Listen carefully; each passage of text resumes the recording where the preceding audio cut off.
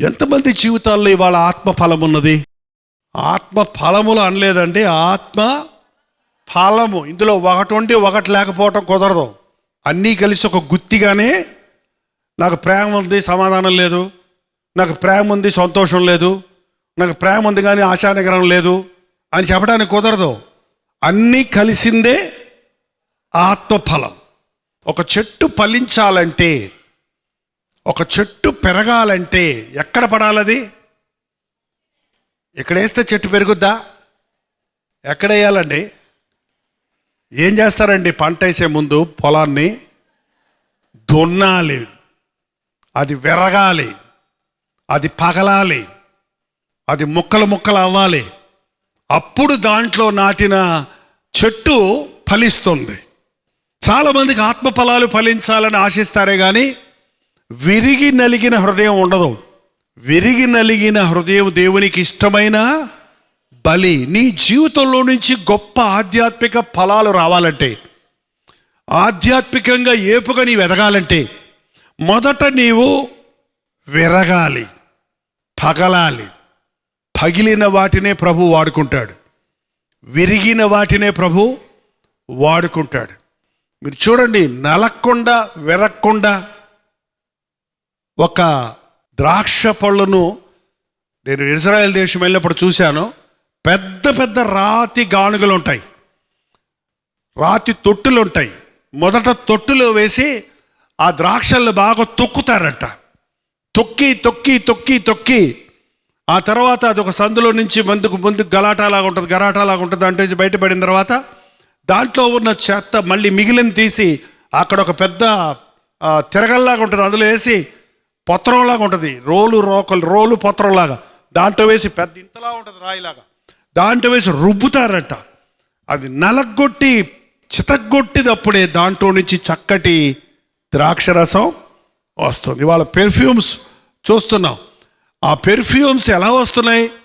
ఆ గులాబీ రేకులన్నింటినీ పోగు చేసి బాగా నలగొట్టి వాటిని పిండినప్పుడు అందులో నుంచి సువాసనలు వెదజల్లే ఆ యొక్క రోజ్ ఫ్లవర్ వాసన వచ్చేటువంటి పెర్ఫ్యూమ్లు తయారు చేయాలి. నీ జీవితంలో నుంచి ఒక మంచి విలువైన వాసన రావాలంటే, నీవు సారవంతమైన ఒక వ్యక్తిగా మారాలంటే, నీలో నుంచి ఒక విలువైనది ఏదైనా బయటికి రావాలంటే మొదటగా దేవుని చేతుల్లో మనం నలగాలి.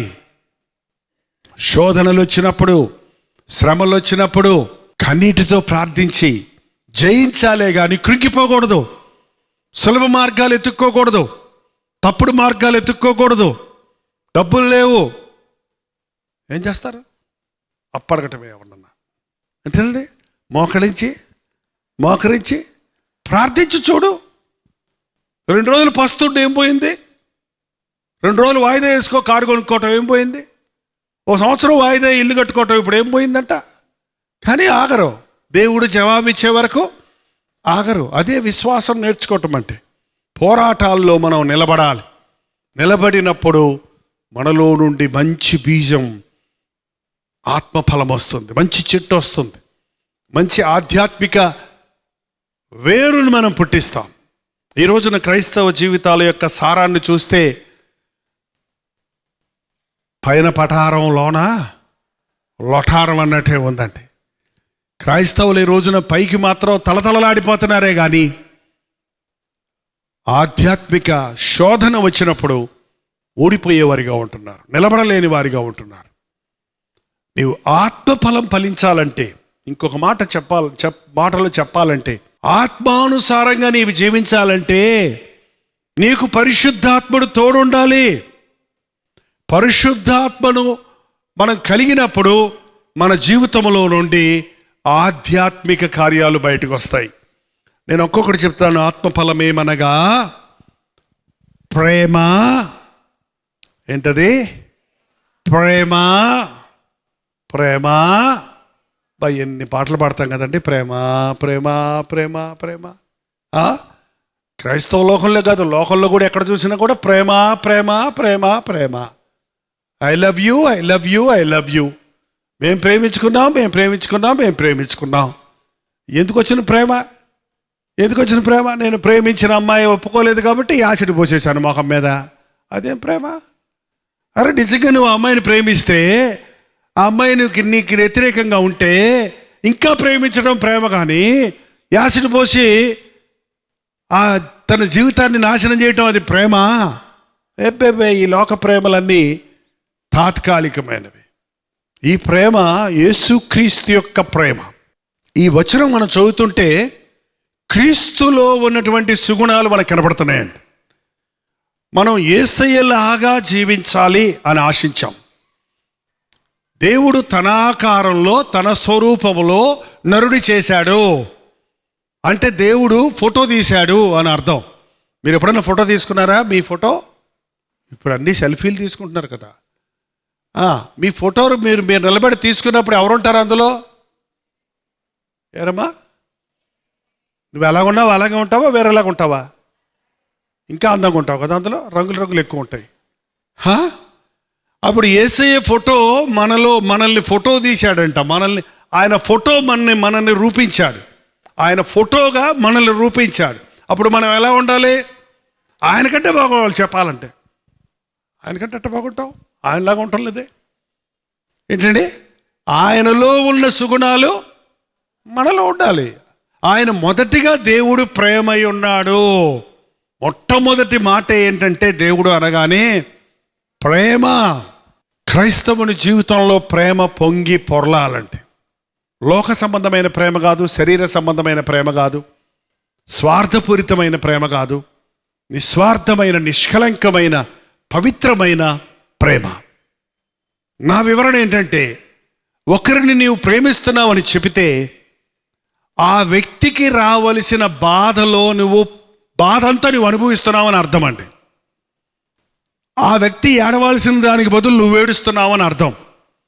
ఆ వ్యక్తికి రావాల్సిన దండన నువ్వు పొందుతున్నావని అర్థం. అటువంటి ప్రేమే క్రీస్తు మన కొరకు చూపించాడు. నేను ప్రేమిస్తున్నాను పరలోకంలో మైకి పెట్టుకొని చెప్పలేదు ఆయన. ఆయన ప్రేమను చూపించడానికి ఈ లోకంలోనికి దిగి వచ్చాడు. ఈరోజు నేను ఎక్కడ చూసినా మాటల ప్రేమే. ఎంత మాటల ప్రేమ అంటే ఎక్కడ చూసినా నోటిలో నుంచి వచ్చే మాటల్లో ఎంత, మమ్మీ నువ్వంటే నాకు చాలా ఇష్టం మమ్మీ, హ్యాపీ మదర్స్ డే, చాలా పనులు ఉన్నాయి పెట్టేస్తున్నా. ఏంటండి? నీ ప్రేమను క్రియల్లో చూపించు, మాటల్లో కాదు. అమ్మ దగ్గరికి వెళ్ళు, అమ్మ మీద చెయ్యేసి అమ్మ నువ్వంటే నాకు ఇష్టమని చెప్పక్కర్లా. అమ్మ మెడ మీద నీ చెయ్యేసి ఒక ముద్దు పెట్టు. నువ్వు ఎంత ప్రేమిస్తున్నావో అమ్మకు అర్థమైపోద్దు, నువ్వు చెప్పాల్సిన అవసరమే లేదు. కానీ ఈ రోజున మాటలతోనే మన ప్రేమను వెల్లడి చేస్తున్నాం. దేవుడు క్రియలలో తన ప్రేమను చూపించాడు. క్రైస్తవుని జీవితంలో ప్రేమ ఉండాలి. నిన్ను వలె నీ పొరుగువాడిని ప్రేమించాలి. నీ పూర్ణ హృదయంతో నీ దేవునిని ప్రేమించాలి. ప్రేమ క్షమిస్తుందండి, ప్రేమ సహిస్తుంది. ప్రేమను గురించి వివరంగా తెలుసుకోవాలంటే కొరింథీయులకు రాసిన మొదటి పత్రిక 13వ అధ్యాయం మళ్ళీ మళ్ళీ మళ్ళీ మళ్ళీ మళ్ళీ చదవండి. చాలాసార్లు ఇంతకుముందు నేను చెప్పాను, మీకు కూడా తెలుసు. అయినా కూడా 4వ వచనం దగ్గర నుండి మళ్ళీ మీ ఏలు పెట్టి ఇటువంటి ప్రేమ నాకుందా, ఇటువంటి ప్రేమ నాకుందా, ఇటువంటి ప్రేమ నాకుందా అని మీరు పరిశీలించండి. ఇంకా కొంతమంది చూస్తున్నారు, పోనీ చూసేద్దాం. కొరింథీయులకు రాసిన మొదటి పత్రిక 13వ అధ్యాయము 4వ వచనం. ప్రేమ దీర్ఘకాలము సహించును, దయ చూపించును, మత్సరపడదు, ప్రేమ డంబముగా ప్రవర్తింపదు, అది ఉప్పొంగదు, అమర్యాదగా నడవదు, స్వప్రయోజనము విచారించుకొనదు, త్వరగా కోపపడదు, అపకారం మనసులో ఉంచుకొనదు, దుర్నీతి విషయమై సంతోషపడక సత్యమునందు సంతోషించును, అన్నిటికీ తాళుకొనును, అన్నిటినీ నమ్మును, అన్నిటినీ నిరీక్షించును, అన్నిటినీ ఓర్చును, ప్రేమ శాశ్వత కాలముండును. ఇలాంటి ప్రేమ ఉందా నీలో? నిరంతరం ఉండే ప్రేమ. అప్పుడు ప్రేమించాను ఇప్పుడు ప్రేమించను అనరు. డబ్బులు ఉన్నప్పుడు ప్రేమిస్తారు మనుషుల్ని, అందం ఉన్నప్పుడు ప్రేమిస్తారు మనుషుల్ని, అన్నీ ఉన్నప్పుడు అందరి ప్రేమ ఇష్టపడతారు. కానీ దేవుని ప్రేమ ఎల్లప్పుడూ ఒకేలాగుంది. ఇటువంటి ప్రేమ మన జీవితాల్లో కలిగి ఉండాలి. ఆత్మఫలమేమనగా ప్రేమ, సంతోషము, ఆత్మానుసారంగా జీవించేవాడి జీవితంలో సంతోషం ఉంటుంది. ఎంతమందికి సంతోషం ఉందో చేయి చూపించండి. నిజమా? నిజమే. పళ్ళెకిలించడం సంతోషం కాదండి. సంతోషము తుదకు వ్యసనమగును. ఒకడు నవ్వుచుండినను హృదయములో దుఃఖముండక మానదు. ఈ లోకములో ఉన్న సంతోషం వేరు, ప్రభు ఇచ్చే సంతోషం. ఇంగ్లీష్లో 2 మాటలు ఉన్నాయి, హ్యాపీనెస్, జాయ్. హ్యాపీనెస్ అంటే హ్యాపెనింగ్స్ ద్వారా వచ్చే సంతోషం, ఆనందం. ఏంటండి, చుట్టూ అందరు నవ్వుతుంటే నువ్వు నవ్వుతావు, అందరూ నేను పొగుడుతుంటే నువ్వు సంతోషంగా ఉంటావు. కానీ అది పరిస్థితులను బట్టి వచ్చిన సంతోషమే. ఎవరు నిన్ను తిడితే వెంటనే పోయింది నీ సంతోషం.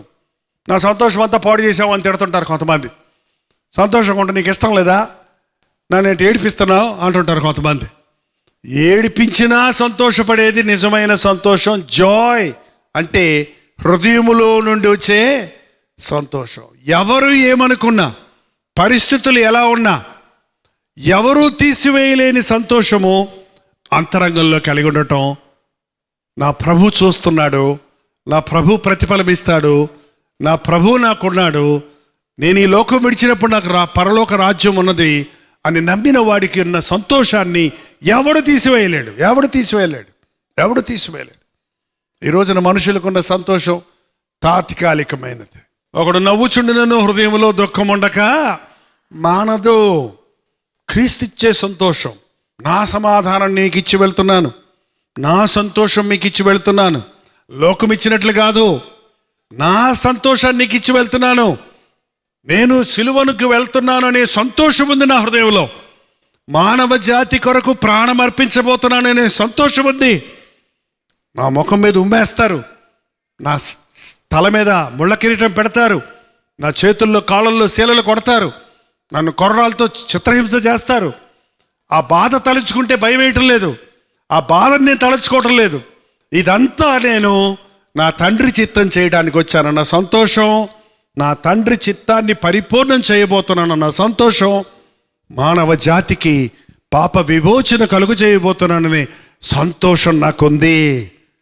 ఏంటండి, ఒక తల్లి బిడ్డల కోసం ఏడుస్తూ పెంచుద్ది, కానీ ఆ తల్లి గుండెల్లో ప్రేమ ఉంది కాబట్టి బిడ్డలు పెరిగి పెద్దవారు అవ్వాలనే త్యాగంతో తన జీవితాన్ని త్యాగం చేసే తల్లులు ఎంతోమంది ఉన్నారు. ఈ రోజున నిజమైన సంతోషం నీలో ఉందా?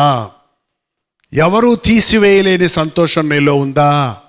మాటి మాటికి ప్రతి చిన్న విషయానికి నీ మనసు చివుక్కుమంటుందా? కృంగిపోతున్నావా? నిరుత్సాహపడిపోతున్నావా? ఆత్మఫలమేమనగా ప్రేమ, సంతోషము, సమాధానం. సమాధానం అంటే ప్రశాంతంగా ఉండటం. నీ చుట్టూ ఎన్ని కలవరాలున్నా, నీ చుట్టూ ఎన్ని శోధనలున్నా, నీ చుట్టూ ఎన్ని పోరాటాలున్నా, నీ మనస్సులో సమాధానం కలిగి ఉంటుంది క్రీస్తులో నీవు నిలబడ్డప్పుడు, క్రీస్తుని మీద నీ విశ్వాసం ఉంచినప్పుడు. దావీదు అనేక సార్లు అనేవాడు, దావీదు జీవితం అంతా పోరాటాలండి, రకరకాల పోరాటాలు. అన్నదమ్ములతో పోరాటం, మామతో పోరాటం, భార్యతో పోరాటం, పుట్టిన బిడ్డలతో పోరాటం, ఒక రకమా శత్రువులతో పోరాటం. కానీ తన మనస్సు అంతా ప్రశాంతంగా పెట్టుకొని ఆయనే నా కొండ, నా కోట, నా శైలము, నా దుర్గము, ఆయన నా బండ అని ఆయన మీద ఆడుకునేవాడు. ఈ లోకంలో ఎన్ని పోరాటాలు నీకున్నా, నా ప్రభువు చిత్తము లేకుండా నాకే కీడు జరగదు, నా జీవితంలో ఏది కూడా దేవుని చిత్తానికి చిత్తం లేకుండా జరగదు అని ఒక వ్యక్తి నమ్మినప్పుడు సమాధానం కలిగి ఉంటాడు. సమాధానంగా ఉండమంటే సమస్యలు లేకపోవటం కాదు, సమస్యల మధ్యలో ప్రభువు మీద ఆధారపడటం, ప్రభువుని నమ్ముకొనటం. నేను ఆయన నమ్ముకొని కనిపెట్టుచున్నాను, నేను ఆయన కొరకు ఎదురు చూస్తున్నాను, ఆయన నన్ను విడిపిస్తాడు, ఆయన నన్ను రక్షిస్తాడు, ఆయన నన్ను కాపాడుతాడు, ఆయన రెక్కల చాటున ఉన్న వానికి ఏ ఆపద రాదు అన్నది సమాధానం. అటువంటి విశ్వాసం నీకుందా? ప్రతి చిన్నదానికి కలబడపడిపోతున్నావా? మన జీవితాల్లో సమాధానం ఉందా? శరీరాన్ని జయించి ఆత్మానుసారంగా జీవించుటకు పరిశుద్ధాత్మ శక్తిని నాకు దయచేయవా అని ప్రభుని అడుగుదాం. దీర్ఘశాంతము. శాంతమ్మ గారు అని పేరు పెడతారండి. మనుషులందరూ ఆమె పెట్టిన పేరంటే గయ్యాలి. ఆమెకు పేరు పెట్టిన ఆమె పేరేమో శాంతమ్మ, కానీ మనుషులు పెట్టిన పేరేంటి? గయ్యాలి. ఏంటండి? శాంతం అని పేరు పెట్టుకుంటే శాంతమ్మ అవ్వవు, శాంతారావు అని పేరు పెట్టుకుంటే శాంతానికి రావు అవ్వవు. ఏంటండి? దీర్ఘశాంతం. ఇంకెన్నిసార్లు అంటుంటారు కొంతమంది, ఇంకెన్నిసార్లు అనదో దీర్ఘశాంతం. దేవుని యొక్క గుణాల్లో ఒకటండి దీర్ఘశాంతం. ఆయన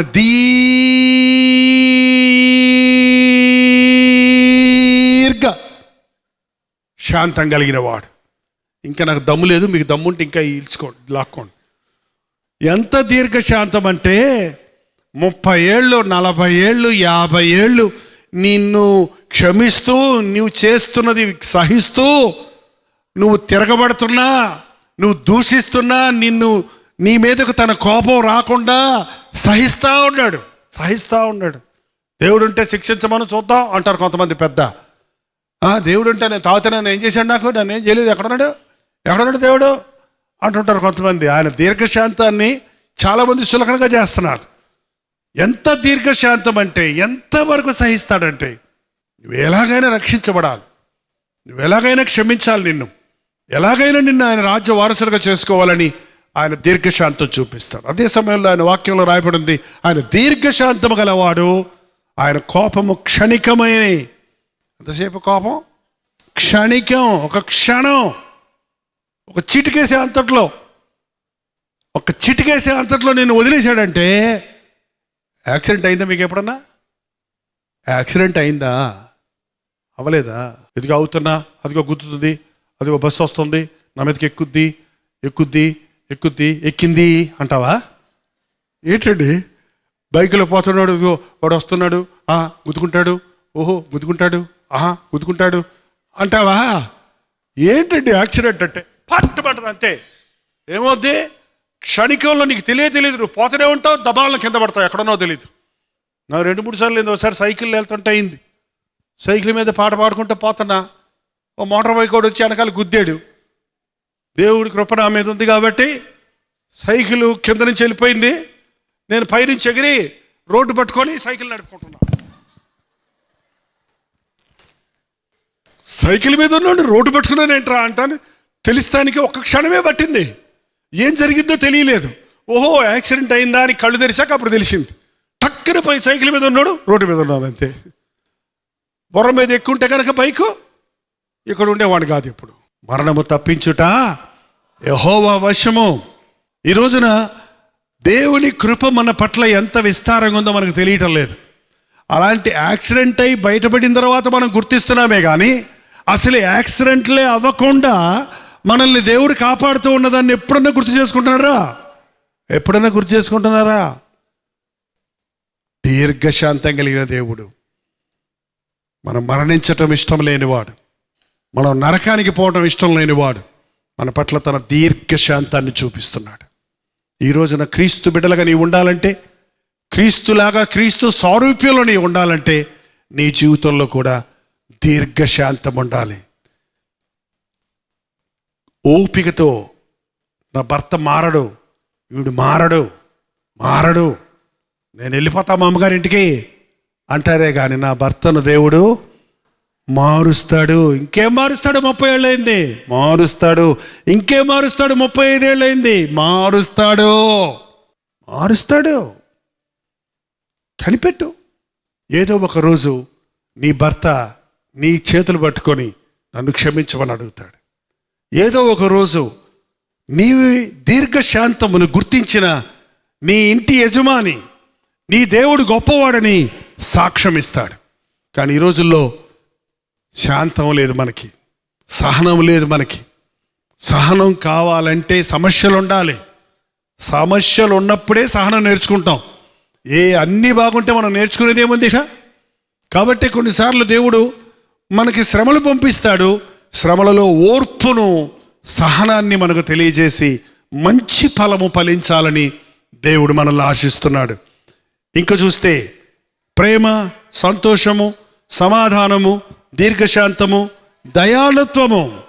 దయ దయ దయ దయ అంటే, దయ చూపించటం అంటే ఎదుటివారి దగ్గర నుంచి ఏమీ ఆశించకుండా, ప్రతిఫలాన్ని ఆశించకుండా వారి ఎడల మనం ప్రేమ చూపించటం, వారి అవసరత తీర్చటం, వారికి సహాయం చేయటం దయ అని పెడుతుందండి.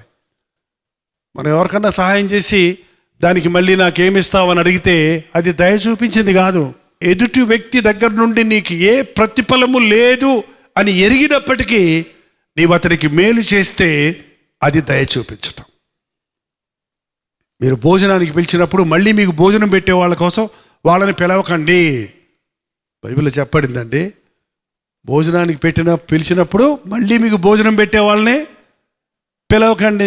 మా ఇంటికి రా భోజనానికంటే, అలాగే అక్క మీరు మా ఇంటికి రండి భోజనానికి అంటారు. నువ్వు 3 కోళ్ళకి వస్తే వాళ్ళు 4 కోళ్ళకి వస్తారు, అంతే అంతే కదండి, అయిపోయింది. నువ్వు పెట్టింది ఏముంది, నీకు వచ్చేసిందిగా. కుంటి వాళ్ళకి, గుడ్డి వాళ్ళకి, దరిద్రులకి నీకు భోజనం తిరిగి పెట్టలేని వారికి నువ్వు పెట్టు. అది దయ చూపించటం. దయ చూపించటం అంటే తిరిగి ఇవ్వలేని వారికి మనం ఇవ్వటం నేర్చుకున్న రోజు క్రీస్తు స్వభావాన్ని మనం మన జీవితాల్లో చూపిస్తాం. ప్రభువు మనకిచ్చిన దానికి ప్రతిఫలం ఏమి ఇవ్వగలం? నీవు చేసిన ఉపకారములకు నేనేమి చెల్లింతును? మరి ఏ ప్రతిఫలము ఇవ్వలేని మనల్ని ఎందుకు దేవుడు ప్రేమించాడు? ఆయన మనల్ని మీద దయ చూపించాడు. కాబట్టి మనకు కూడా పేదల మీద దయ చూపించాలి, బలహీనుల మీద దయ చూపించాలి.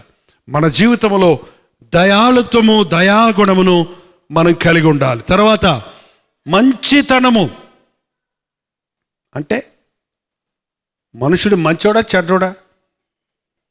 మనుషుడు మంచోడా చెడ్డోడా? నీతిమంతుడు ఒక్కడనూ లేడు, అందరూ పాపము చేసి దేవుడు అనుగ్రహించు మహిమను పోగొట్టుకున్నారు. మంచి నాలో లేదు. ఇప్పుడే చెప్పాడు పౌలు, నాలో ఏ మంచి లేదు. మరి మంచి లేనోడు మంచి ఎట్ట చేస్తాడు? మంచి చేసినట్టు ఇవాళ చాలా కార్యాలు చేస్తున్నారు మనుషులు, కానీ దానికి ప్రతిఫలాన్ని కోరి చేస్తున్నారు. ఈ క్రిస్మస్, ఈ యొక్క సీజన్స్లో కొన్ని చోట్లండి కొంతమంది అనాథల మధ్య సేవ చేస్తున్నాం, పేదల మధ్య సేవ చేస్తున్నాం అని చెబుతూ కొన్ని వస్త్రాలు పంచిపెడుతున్నట్టు, కొన్ని అన్నం ప్యాకెట్లు పంచిపెడుతున్నట్టు ఫోటోలు తీసుకొని ప్రింట్ చేసుకుంటారు. ఎందుకు చెప్పండి? ఎవరికన్నా నువ్వు అన్నం ఇస్తే దాన్ని ఫోటో తీయాలా? ఎవరికన్నా ఒక చీర ఇస్తే దాన్ని ఫోటో తీసి అందరికీ నేను ఇచ్చాను చూపించుకోవాలా? చూపించుకుంటే అది దయ అవుతుందా? అది మంచితనం అవుతుందా? మంచి చేయటానికి మనకి మనసు లేదు. క్రీస్తు యేసు ప్రభువు మంచివాడు. ఆయన్ని కలిగిన వారు తమ జీవితాల్లో మంచిది పనులు చేస్తారు. దేవుని నామములో నీవు చేసే ప్రతి పని ఒక మంచి పని, ఒక శ్రేష్టమైన మంచి పని. ఏంటో తెలుసా? ఒక వ్యక్తిని నిత్య నరకము నుండి పరలోక రాజ్యానికి నడిపించడానికి అతనికి నీవు చేసే పరిచర్య, నీవు చేసే సహాయం ఒక మంచి పని. ఎప్పుడన్నా మంచి పనులు చేస్తారా మీరు? పక్క వాళ్ళని అడగండి, పోనీ ముఖం చూడకండి. అట్లా మంచి పని ఎప్పుడన్నా చేస్తారని అడగండి. ఏదో ఒకటి చెప్పండి అమ్మా. ఏం చేశారో చెప్పండి బ్రదర్. ఏం మంచి పని చేశారో చెప్పండి. చెప్పండి. ఇక్కడ ఒక మంచి పని చేయటం కాదండి, మన స్వభావమే మంచితనం. వాడు మంచోడు రా అంటాడు, చూసారా? మంచోడు అని పేరు తెచ్చుకున్నారా? చెడ్డోడు అని పేరు తెచ్చుకున్నాడా? పెట్టే బుద్ధి అంటారా? తిట్టే బుద్ధి అంటారా? క్రీస్తు బిడ్డలు ఎప్పుడు కూడా ఇచ్చేవారిగానే ఉంటారే కానీ పుచ్చుకునేవారిగా ఉండరు. పుచ్చుకున్నట కంటే ఇచ్చుట ధన్యం. ఎప్పుడు ఎవరికి మేలు చేయాలా అనే మనస్సు మనం కలిగి ఉంటే, ఎగ్జామినేషన్ ఫీజు కట్టలేకపోతున్నాను, పరీక్షకి వెళ్ళలేకపోతున్నాను అని ఒక యవనస్తుడు బాధపడుతున్నప్పుడు, నేను కడతాను ఫీజు, వెళ్ళు పరీక్ష రాయని ఒకడు ముందుకు వచ్చి చెప్పగలిగితే అదొక మంచి పని. వాడు చదువుకొని రేపు గొప్ప అధికారి అయితే ఈ చిన్న మంచి కార్యం వలన అతని జీవితంలో గొప్ప మేలు కరిగింది. ఇవాళ ఇలాంటి చిన్న చిన్న మంచి కార్యాలు మనం చేస్తున్నప్పుడు మన పరలోకపు తండ్రికి మహిమ కలుగుతుంది. మీ చేతనైనా చేయండి. ఆకలి వాళ్ళని చూసినప్పుడు ఆహారం ఇవ్వండి. లేమిలో ఉన్న వారిని చూసినప్పుడు మీ చేతనైన సహాయము చేయండి. మీ దగ్గర 100 రూపాయలు ఉంటే ఒక 50 రూపాయలు ఇవ్వండి. 100 రూపాయలు ఇచ్చేసి మళ్ళీ మీరు అడుగుదరకండి. కొంతమంది అప్పు చేసి ఇస్తారు వెళ్తలకి. అప్పు చేసి మంచోడు అన్నందుకు షూరిటీ సంతకాలు పెట్టేస్తారు కొంతమంది. 3 లక్షలకి 4 లక్షలకి. చాలా మంచోడు అన్నా, నువ్వు చాలా మంచోడు అన్నా అని చెప్పేసి వెళ్ళిపోతాడు ఆ మనుషుడు. ఏంటంటే నాకు చాలామంది వచ్చి చెప్తున్నారు, అయ్యా మంచితనానికి పోయి ఇప్పుడు వాళ్ళ తెచ్చిన డబ్బుకి ఆ వడ్డీలు కట్టుకుంటూ నేను ఈ అప్పు తీర్చలేక చచ్చిపోతున్నాను అని చెప్పేవాళ్ళు ఉన్నారు. తన్ను మాలిన ధర్మం అక్కర్లేదు. నీకున్న దాంట్లో యేసునామములో ఇతరులకు చేయగలిగింది చెయ్యి. నీకు దీర్ఘశాంతం లేనప్పుడు ఏముంటుంది? కంగారు. దానికి వ్యతిరేకంగా రాసి చూసుకోండి. ఒకటి ఏముందో అవి ఉన్నాయో చెక్ చేసుకోండి. ఏమున్నాయండి? దీర్ఘశాంతం లేదు, దయ లేదు, కఠినుడు, కర్కశుడు, పిసినుగొట్టి, చెడ్డోడు, భయంకరుడు. ఏంటంటే చాలామంది చెప్తుంటారు అవిశ్వాసి, సాత్వికము లేదు, కోపిష్టి, దురాశపరుడు, నిగ్రహం లేనివాడు. ఈ రోజున దేవునితో సహవాసం చేసేవాడు ఆత్మతో శరీర కార్యాలను జయించాలి. నువ్వు ప్రభుతో నడుస్తూ ఉండగా, ప్రభుతో సహవాసం చేస్తూ ఉండగా, ఆయనలో ఎదుగుతూ ఉండగా ఈ ఆత్మ ఫలాలు అనేవి ఆటోమేటిక్గా వస్తాయి నీలో నుంచి. నువ్వు నమ్ము అని ఎవరు చెప్పక్కర్లేదు. నువ్వు నమ్ముతావు, నువ్వు మంచి పని చేయి అని ఎవరు చెప్పక్కర్లేదు. నువ్వు స్వతహాగా మంచి పని చేస్తావు. నువ్వు దీర్ఘశాంతం కలిగి ఉండు అని ఎవరు నీకు నేర్పించక్కర్లేదు. నీ స్వభావంలోనే దీర్ఘశాంతం వచ్చేస్తుంది. నువ్వు సంతోషంగా ఉండు అని ఎవరు నిన్ను ఉబ్బించక్కర్లేదు. నీ మనసులోనే నిరంతరమైన దేవుడిచ్చే సంతోషం ఉంటుంది. కారణం ఆత్మ ఫలము ప్రభువుతో నడుస్తున్నప్పుడు, ప్రభువులో నిలిచినప్పుడు, పరిశుద్ధాత్ముడిచ్చే వరాల గురించి మనం వింటున్నాం. కానీ పరిశుద్ధాత్మని ప్రభావంతో మనం ఫలించే వారిగా చేయడానికి దేవుడు మనల్ని ఆశిస్తూ ఉన్నాడు. దయచేసి తలలు వంచండి, కళ్ళు మూసుకొని దేవునితో ఒక మాట చెప్పండి. ఇంకా నా శరీరంలో శరీర కార్యాలే చూస్తున్నానయ్యా. ఎవరితోనూ విభేదాలు ఉన్నాయని దిగులు పడుతూ కూర్చోవద్దు. నువ్వు ప్రేమించు, నువ్వు క్షమించు, నువ్వు సహించు, నువ్వు క్రీస్తు వలె భరించు. ప్రభు నిన్ను దీవిస్తాడు. ప్రార్థన. పరిశుద్ధుడా, ప్రేమగల తండ్రి, ఒక్కసారి నీ బిడ్డలను చూడు నాయన. నేను ఫలించాలి క్రీస్తు కొరకు, నేను ఆధ్యాత్మికంగా జీవించాలి అని ఆశపడుతూ నా శరీరం నన్ను లొంగదీస్తుంది. నేను చేయకూడదనుకున్నది చేస్తున్నానే, నేను భక్తిగా ఉండాలనుకొని ఉండలేకపోతున్నానే అని వారి హృదయాలలో కుమిలిపోతున్న వారిని చూడు నాయన. మా సొంత శక్తి ద్వారా ఇది అసాధ్యం, కానీ నీవు బలపరిస్తే సమస్తము మేము చేయగలమని ఈరోజు విశ్వసిస్తున్నామయ్యా. మమ్మల్ని బలపరచు నాయన. శరీరాలకు లొంగకుండా, సాతానికి లొంగకుండా, లోకానికి లొంగకుండా ఆధ్యాత్మిక జీవితంలో ఉన్నత శ్రేణిలోనికి వర్ధిల్లే జీవితాలను ప్రతి విశ్వాసకి దయచేయి నాయన. నా దేవుడు నన్ను విడిచిపెట్టడు, నా ప్రభువు నన్ను కనికరిస్తాడు, నా ప్రభువు నన్ను ఫలించు చెట్టు వలె దీవిస్తాడు అన్న విశ్వాసముతో ఈరోజు ఇక్కడి నుంచి వెళ్ళడానికి, నీలో నిలిచి ఉండి ఫలించడానికి మా ఒక్కొక్కరికి నీ సహాయము చేయమని యేసు క్రీస్తు నామములో అడుగుచున్నాము తండ్రి. ఆమేన్, ఆమేన్, ఆమేన్.